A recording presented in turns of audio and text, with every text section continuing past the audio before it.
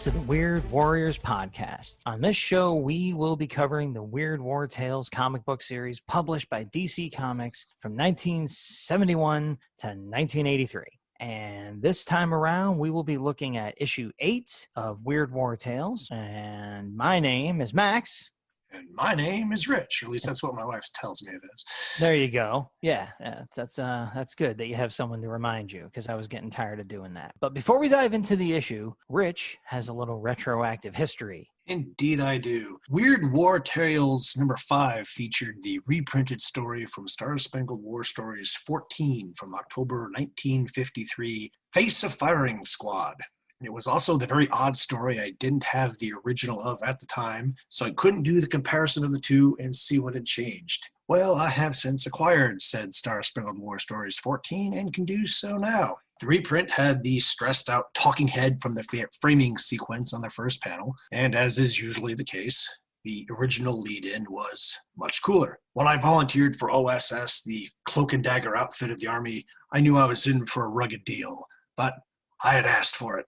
Still, I never expected what would happen to me in Operation Homing Pigeon when I faced a firing squad. A slight title change, and still one of the worst stories we've covered here, but hey, that's over with. So, onward to the new stuff. Yeah, I mean, at least that version had a really cool intro, and, Operation Homing Pigeon alone is an improvement. So, diving into this issue, as we emblazoned at the top of the script here, this is the first all-original content issue, and they kick that off with a cover illustrated by Neil Adams himself, and this came out November 1972, and the cover shows a huge stone statue with glowing red eyes stepping off its base toward 3 German soldiers crouched behind sandbags, firing toward the viewer. A 4th German looks behind him and sees the statue reaching toward him with disbelief. In the cover's background, to one side of the statue is a tall barbed wire fence and a watchtower, and to the statue's other side are ruins. I get the idea that this is supposed to be a Jewish ghetto somewhere in Eastern Nazi-occupied Europe. Now, about the statue, I should say, is not reaching for the soldier in disbelief. The German is looking back at the statue in disbelief because apparently he didn't expect it to start crawling down, and it's got one of his buddies in its other hand already, squeezing him to death. Yeah, a 4th German soldier. Yeah. So, just the way I read it, you could have said the statue was in disbelief. Like, I didn't know I could move. What the heck is this? But yeah, man, it's a great cover. The Weird War Tales logo is cool as always. The little bodies crammed into the letters of the word weird are in dark red. The background is this kind of nice blue sky looking day, which is a nice juxtaposition with the scene of an impending crushing death happening in the foreground. So beyond that, and we have a cover price of 20 cents. So, yeah, that's how cheap comics used to be, people. And the DC logo looks kind of like the one that they have now, actually. They've sort of cycled around to one that looks like the one on the cover of this issue. So beyond that, what kind of commendations you got for this one? Well, this cover clinches why Neil Adams was such a great Batman artist. I mean, the shock on the one German's face as he sees the statue coming towards him, and the 4th one fighting to free himself in vain. This is a great start to the run of the original material. This is a good cover. I really, really like this. Yeah, as whenever I've posted art from Neil Adams on Facebook, I always call him Neil freaking Adams because there's just nothing he can't draw. And for my commendations bit, I'm going to say I'm not always a fan when others try this, but Neil Adams is a master of juxtaposing the weird with the realistic, which is very appropriate for this series. I mean, the soldiers in the setting look nearly photorealistic, but then the statue is like pure comic book dynamism down to its hands look big enough for each one to wrap around its own head. And there's these motion lines around mostly the statue, but almost all the figures indicating the action going on, and that I feel has really fallen out of style in comics, like just showing motion lines around figures to indicate movement. People don't really seem to do that anymore, but I think that's a huge part of comic book art vocabulary, and Neil just puts that right in there on this cover. So again, you got photorealism, but a very dynamic and exaggerated statue monster, and then motion lines on something that otherwise looks very realistic. It shouldn't really work, but Neil can make all that work together like it's supposed to be there. So huge fan of the cover. I think, it's Neil freaking Adams. There's not much he can do wrong art-wise. So that'll bring us to the opening bit, and I'll let you tell us about that. It's called The Guide to No Man's Land. It's death is our guide in a one-page opening in the trenches of World War I. Tony Dezuniga, sorry if I butchered that, does the art, and we don't know who wrote it. Maybe it was Tony. We don't know. But just diving right into Killjoy was here. Death is wearing a British uniform, and all the soldiers he's walking by appear to be French, which is probably deliberate because Americans always kind of automatically equate more with the Tommies because of the English language and everything. But he perfectly captures the World War I experience on this one page. The fear in the French poilus' faces, the blasted barbed wire, the shading, the trenches are all being held up by logs. There's ladders leaning up, to take you over the top, the shadowing and shading and everything, the mud. This is, again, for page one of the all original material, boom, he got it. He got it. Yeah, I really love this in many ways. I think, for one thing, we've got more of a classic horror host going on, like someone who's talking directly to you, the reader, so that just feels like they're locking into a more classic formula. The art is, like you said, Tony Dezuniga. I've always said Dezuniga. I've heard people on different shows say Dezuniga. I don't think that's it, but, I've never heard anyone say his name in an interview. So his art, I've always been a fan of. You can probably go to like Wikipedia or something like that, and they'll have the pronunciation thing. Yeah, 10 seconds on Google could have answered that question for me, quite frankly. But, we just got a new cat, so I'm busy. But, I'll Killjoy a little bit, but in my way. I'll say the sound effects kind of let the side down a bit in a couple of places for me. One is likely just an accident or artifact of the printing process.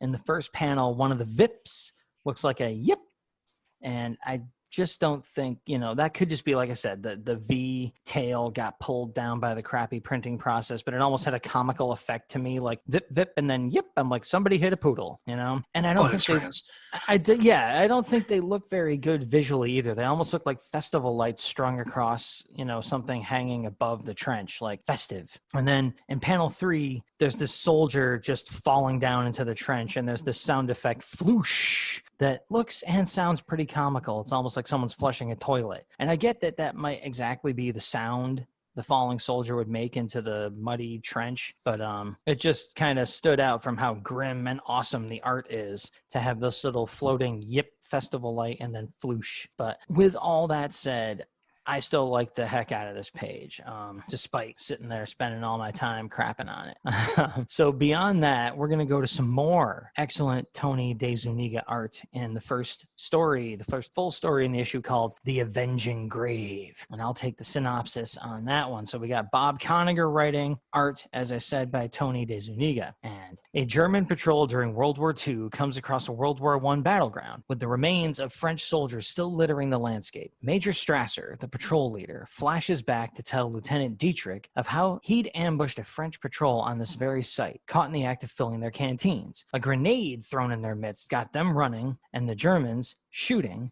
pursued them into an artillery barrage. Trapped, the French desperately seek shelter in an abandoned trench, but the shell fire pounded the trenches to pieces and buried the French alive. Only the bayonets on the end of their rifles were left sticking above ground. The major, back in the present, wraps up his tale by commenting, "The dead never return." An artillery barrage at that moment gets the Germans running, where they discover the bayoneted French rifles still sticking out of the ground. A close shell explosion uncovers the skeletal remains of the French soldiers who attack the Germans. German fire rips through the dead men to no effect, and they are wiped out between the artillery fire and the vengeful, what's that word? Palu.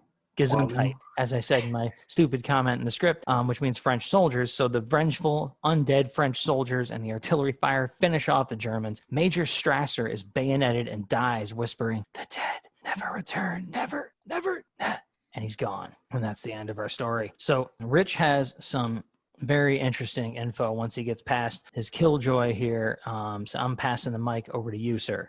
Alrighty then. Well, this got brought up in an earlier episode. The swastika armband that Strasser is wearing in the story was never worn into the field. The Germans just learned real fast that those drew fire. So, but that's the only bitch that I have. Well, all's the better. But yeah, I'm a big fan of. There's this one panel that does Dezuniga, whatever. Well, you say your way, I'll say it mine. Draws of the dead French soldiers exposed in the trench after the shell unearths them. But I'm going to go all in on the story behind the story on you here instead. The idea of the trench of bayonets here no doubt comes from the 9-month-long Battle of Verdun in World War I. Over 300,000 died on both sides in one of the bloodiest battles of the war. On June 12, 1916, the 137th Regiment of French Infantry was almost annihilated when the positions they occupied were obliterated by German shell fire. Years later, French teams exploring the battlefield found what is now called Bayonet Trench. The tips of the bayonets still attached to the rifles sticking out of the ground, and a body buried in a standing pose beside each one. Under relentless bombardment, they'd been buried alive, standing up. Now, that's the legend, anyway, which probably helped the fundraising effort to build a monument there in 1920. Even veterans of the war found this scenario unlikely. No documentation confirming the details of the story can be found. 47 sets of remains were recovered there, 14 of which were identifiable. The bodies may have been deliberately buried in the trench, with the bayonet serving as a mark. The truth may never be known, but the memorial still stands at the battlefield.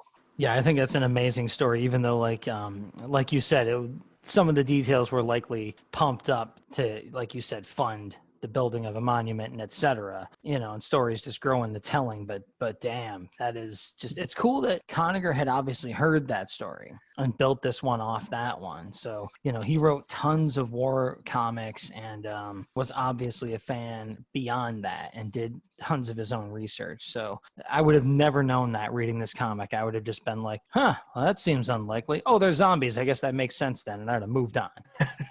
Well, this is why you keep the history geek on the staff, right? Because as I'm reading this story, I'm like, this sounds kind of familiar. Bayonet Trench. I've heard something about this somewhere, and I had to go digging into the archives. Like, yep. Okay, here we go.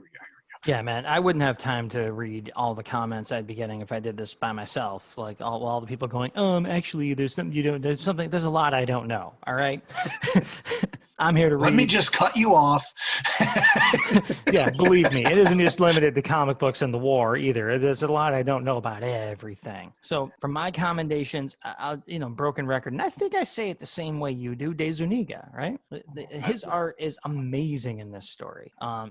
For me, the lighting, the colors, the backgrounds, and specifically the increasingly wild panel designs all add immensely to the sense of immersion and like the escalating horror of this story. The first page is like a relatively standard layout in its design, but there's the German kicking a helmeted skull, and he's kicking it from one panel into an earlier panel across the scene. And that's like almost right there letting you know that things are going to start going a little off track as far as normalcy of design from that point forward. And he's such a good artist. I have to think like an element like that was intentional on Tony's part, because that bouncing helmet still plays a role in at least the next page and even the one after that maybe. But I just want the placement of it is great, because with the helmet bounces, it bounces right next to the title of the story, The Avenging Grave. So it's just boom. How are you?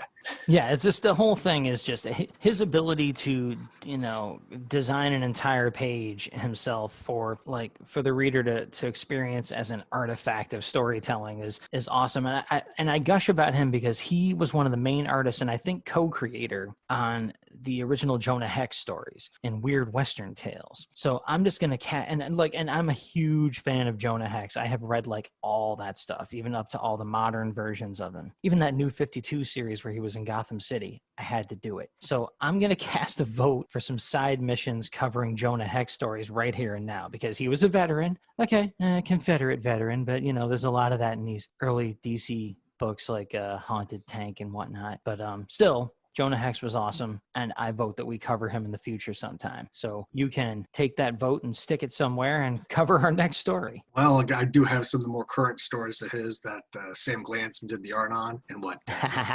Lansdale wrote. Yes, those are some good stories right there. So I would anyway, imagine it wouldn't take a twisting of the arm. That's why I was like, oh, I'm getting this in now. we shall take it under consideration. When we say we, I mean me. Excellent. Anyway, on to the next story. Thou Shalt Not Kill, which is the cover story, actually.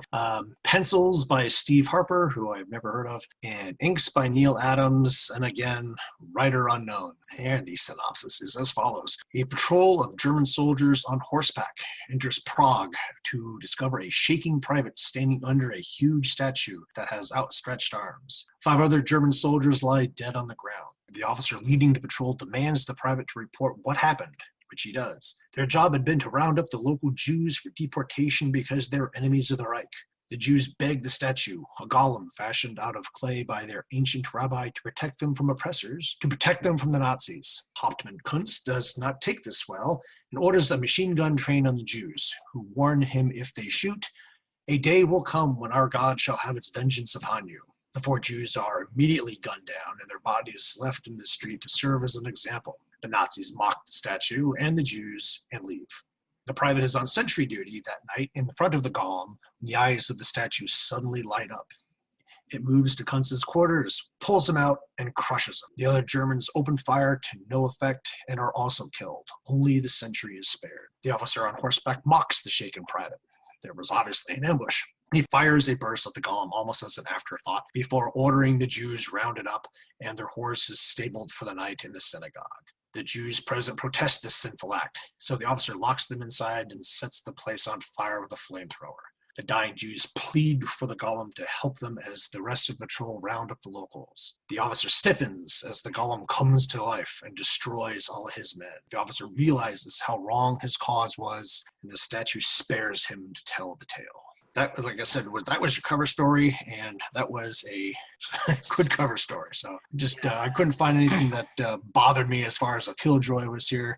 So just moving right along to my commendations. Oh, I'll put something in. I actually didn't write it in the script. No, I didn't write it in the script, but I want to throw this in here as pushing up my glasses. Well, actually, because I just said earlier how I don't know.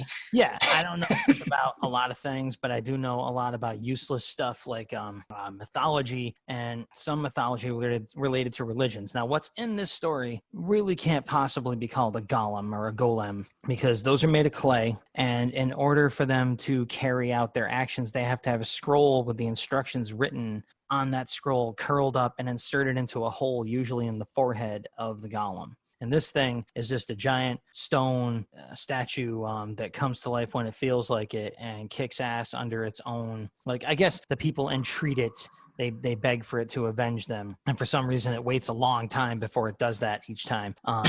So it's not really how golems mythologically worked. And then I will finish pushing my glasses up and you can move on to commentations. Well, anyway, my favorite panel in the story was page 4, panel 3, when the golem treats Hauptmann Kunz like a Pez dispenser. It's just, he's holding the body up and the head, there's this crunch sound and the head is gone and the helmet is flying into the background behind him. It would almost be funny if it wasn't so grisly. Yeah, that's a rough panel, man. That's just like, you are a squishy human and I have a giant stone hand, and that's how that ends. It's just brutal, and it's full panel.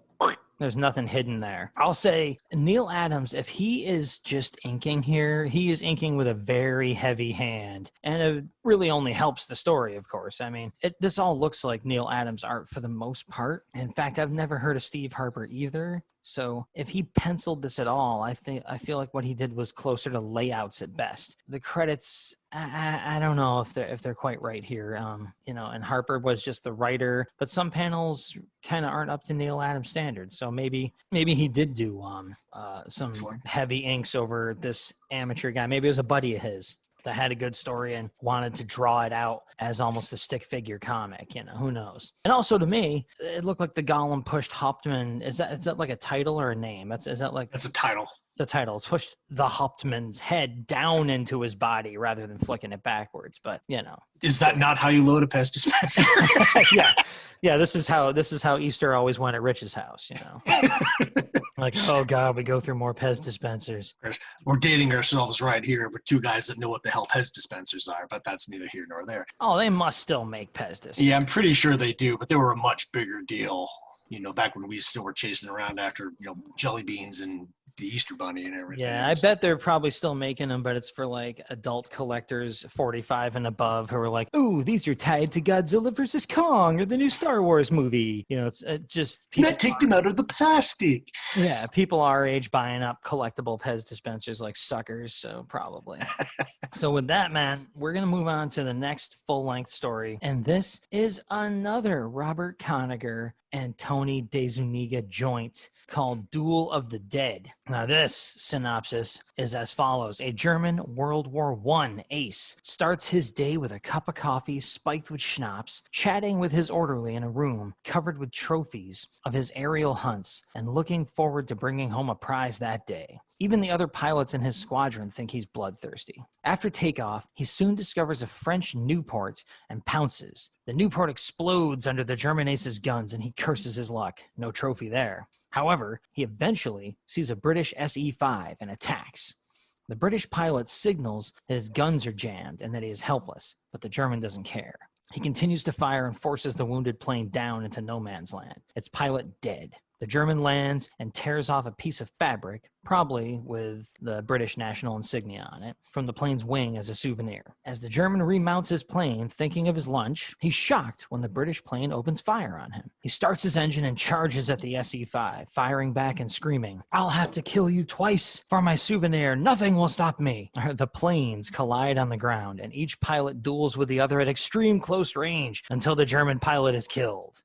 I mean, these are two planes right in front of each other, just still unloading from their guns at like point blank range. If it wasn't so gruesome, it would kind of be hilarious. It'd be tough to film that scene without making people laugh, I think. But the way it's drawn, of course, by Dezuniga, it just looks badass. So with that, I'll let you shoot some holes in this story.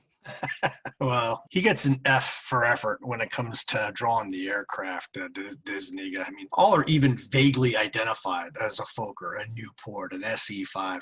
I didn't recognize anything in this story.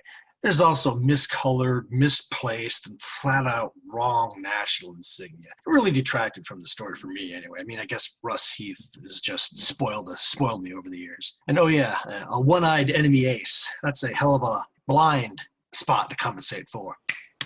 It's I'm here all week. Try the deal. It's hard enough to stay alive in the air with two eyes. Yeah, I know he's the bad guy. But you know what? I've done some research, and I read about a few German and Russian World War II fighter pilots who did it. So hey, maybe I'm the jerk here. Maybe. But yeah. Real stretch of the imagination, yeah, I know. But you know, just lunging right into the commendations, I'm going to go all history prof on you again. And you know, World War I pilots were called Knights of the Air. You know, there were rules, code of conduct, chivalry, and there are plenty of examples like this on both sides of pilots sparing their victim if their guns were empty or jammed. Another story I recall was that I think of a British pilot that was shot down and trapped in the wreckage, and the German landed and freed him and saved his life. Captured pilots were sometimes treated as honored guests by the victor before being sent to prisoner camps. And both sides would brave anti-aircraft fire to fly over enemy airfields, drop memorial wreaths and messages to update the other side about losses and captures. So yeah, the German pilot here is a jerk. I'm sure many listeners are familiar with enemy ace Hans von Hammer, who was a popular regular in the pages of Star Spangled War Stories and other DC war books. He was created by Robert Kanigher and Joe Kubert and was loosely based on Manfred von Richthofen, the Red Baron. Hammer followed these codes of the sky. I'm a huge fan of the character, and I got signatures from Russ Heath and Neil Adams on enemy ace work. My only regret is I didn't get Kubert on any, but I got him on other key DC war books like Sergeant Rock and Unknown Soldier. So, you know, you can't have everything. Where would you put it? Yeah, I got Russ Heath and Neil Adams to sign them, but you know, shut up. So, like, historical inaccuracies aside, I still submit that Tony Dezuniga is one of the best comic artists of his generation. My evidence? The opening splash panel of this story. The ease with which Tony D draws us into that scene, an almost charming early morning meeting over a fresh cup of coffee before a day's work, in a room littered with grisly trophies of death, and no details skipped over or overdone. It's just masterful. And I love the rest of the story too. And as far as like your Killjoy stuff, man, that is grade A Killjoy for one thing. That's what we're here for. That's why we're showing up. That's part of the show. I am so glad that I didn't know or notice any of that. It didn't even occur to me that the pilot had one eye. I was too caught up in all the cool art and the action, but I knew I could count on you, man. So with that, we will jump to the epilogue. And who's up here? Who did this? Did I do the synopsis? I think that's my turn. Yeah, you were just talking. I did the opening, so I guess it's only fair that I do the close. Yeah, man. Yeah. And Stop me from talking, please. It's simply known as epilogue, and it's, again, the writer is unknown, and Tony D has done the art. And it's a one-page epilogue, just like it was a one-page opening, when death saves you from falling onto the bayonet of a dead German soldier lying in the bottom of a shell hole as you're running away from enemy fire. But he promises more dread to come in the next weird war. And again, Tony D, the first panel, love it.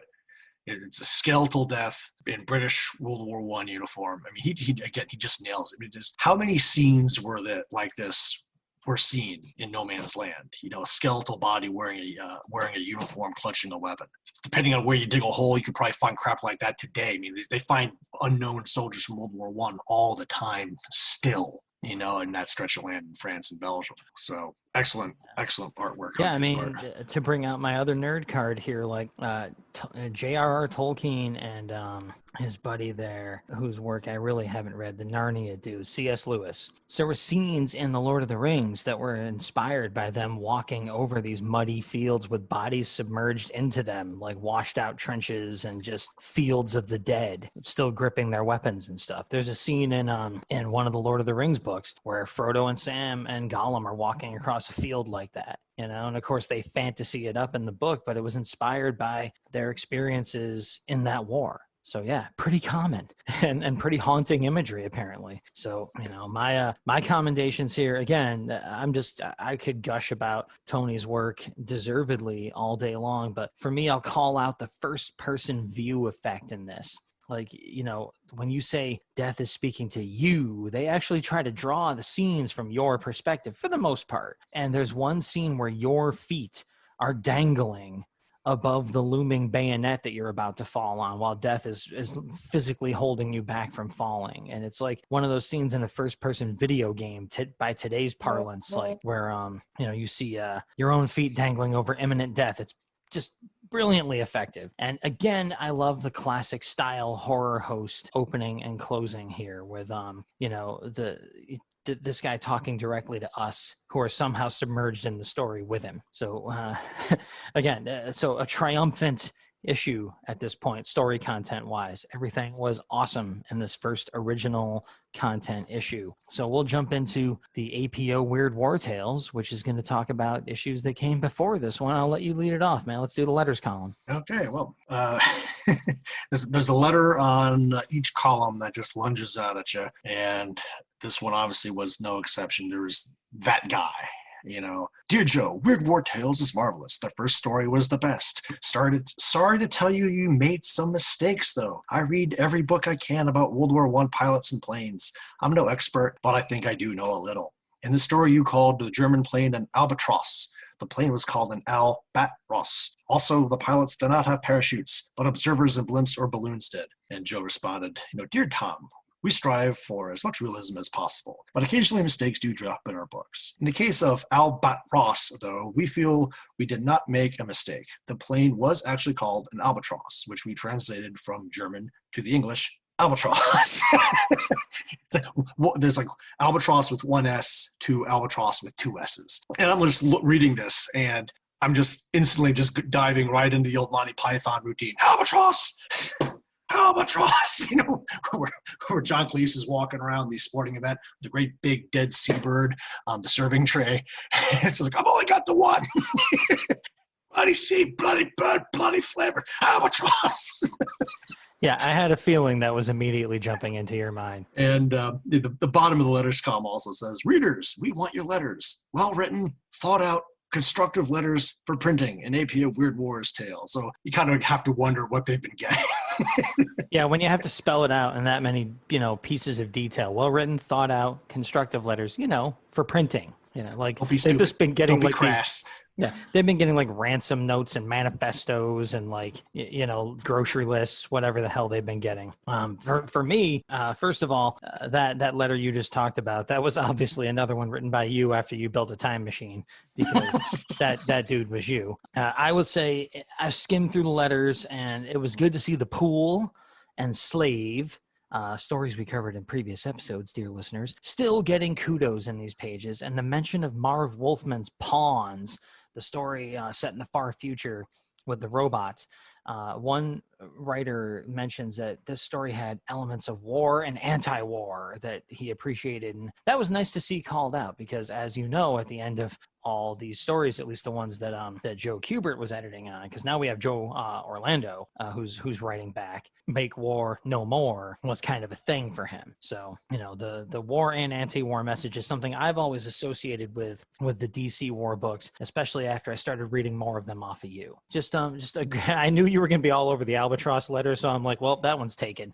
So I just skimmed the rest of the column. But there's got to be one here I can use. With that, in every episode, we like to focus on a favorite ad from this classic old comic book, and Rich took probably the coolest one, so I'm going to let him start.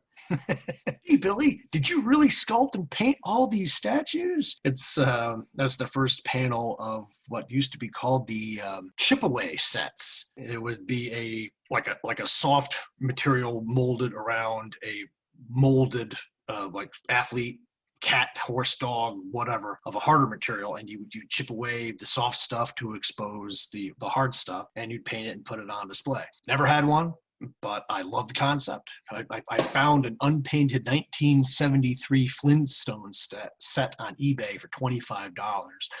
Due to the nature of the toy, I can't imagine there are many of these things floating around, let alone unchipped ones. There are knockoffs of these around, get a fossil, get a diamond, etc. When I was doing a little bit of research on this, I found an unopened Star Wars free Han Solo from the Carbonite set, which I thought was funny as hell. I'm sorry.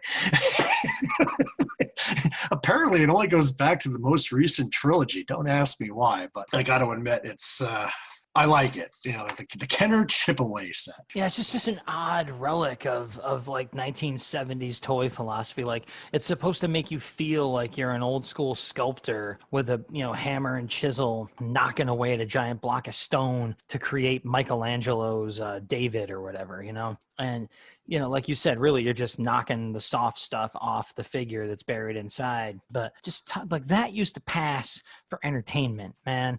Like, we would get something like that, or kids slightly, before our time, we'd get something like that, and that would be the afternoon. That'd be the morning right there. Just like, wow, I'm a sculptor. And that worked. And it still works on me, because seeing this ad, all I want is every single one of those. So I just hope they're blind, like they don't tell you what's underneath it, because like in the little comic book ad, the kid was like trying to guess what he was unveiling. So I think these are some of the first blind box toys. Like, it's a basketball player. No, wait, it's a hockey player. No, it's a swimmer. Yep. So like, these are some of the first blind box toys where you were paying money for something you didn't know what it was. So I kind of thought that was neat too, and I really want the Han Solo thing, man. That's a brilliant, like, last gasp modern use of the concept. Like, I know how we can sell one, haha. So for my ad, this was tough since you took the chipaways. And please, if anyone wants to find these things on eBay and send them to us, contact us. We're gonna talk about the fact that we're gonna have a Facebook page and a Twitter and stuff like that. You want to send us toys, please do. We won't say no. So it was tough for me to pick an ad, but I'm picking one that starts off with, "I'm sick and tired of my job." That's got to take it. The sheer domestic dysfunction on display in this ad is awesome. There's a panel where the wife is like, "Please, dear, besides, we don't go out that often." And it's like, because of your lousy job, you failure. So the ad, like, it starts off with a couple at home, and this can be your big break if you're a man who's ever said, I'm sick and tired of my job. And so it starts with a scene with the wife coming in, and there's a very tired looking husband sitting in a chair. So this is practically from the 50s instead of the 70s, but I guess times didn't change that much. And the wife is saying, don't forget, dear, we've got a date for the movies with Jim and Helen tonight. And, you know, dear is saying, oh, honey, I'm bushed. That lousy job of mine. And then that's her going, please, dear. Besides, we don't get out that often. You know, and then it turns into like Jim like sent away to some correspondence school where he got a job in electronics, and it's all BS and nonsense. You go to the Cleveland Institute of Electronics and you'll get a refreshing career just doing these, study at home little lesson books or whatever. It's nonsense. And it's likely a scam. There's a little box there, though, that makes it relevant to this book that says, check here, veterans and servicemen. Check here for GI Bill information. So the ad even has a little bit of military flavor buried in the bottom of the coupon, so it can also scam soldiers. Again, maybe this stuff was on the level. I doubt it. But the ad itself's hilarious with like, man, there's some, domestic dysfunction here with like, this. Oh, all right. Yeah, how crappy your job is. And we don't even get out to the movies because you couldn't get a real job. And wife is browbeating him into going to Jim and Helen's tonight. The look of scorn on her face in that second panel is awesome. I just wish I knew who drew this thing because, man, just the smiling jackass who's selling the coupon on the bottom. It's great. And I do have to mention, I'm going to cheat because, hey, I'm doing the editing. I had a second place.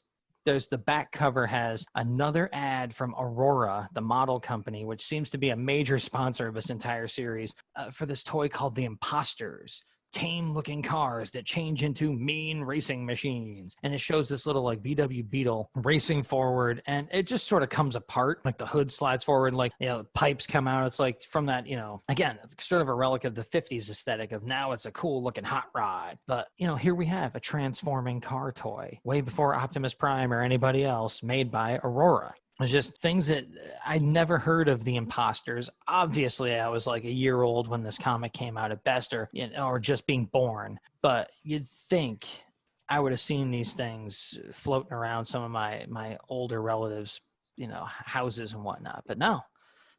Had you ever heard of the Imposters from Aurora? Like, I wonder how many of these they made. I don't know. I wasn't collecting comic books. I was, like 3 or something like that. Yeah, but these were just toys, man. Like Aurora was like a big deal model company. And even at the bottom of the ad, it says, they're a lot more car than meets the eye. I'm like, well, that sounds familiar. Yeah, it sounds pretty familiar. That's issue 8. It was fantastic. I should mention that we're getting close to launch time here. We recorded all of these way ahead of time. We do have a Twitter and a Facebook account. So we're at Weird Warriors Podcast on both of those services.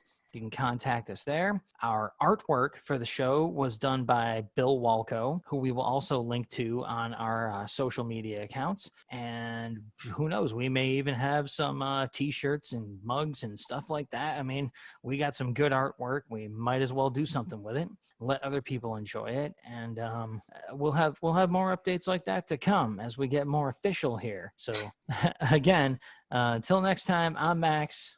And I'm Rich. And we want you to make war no more.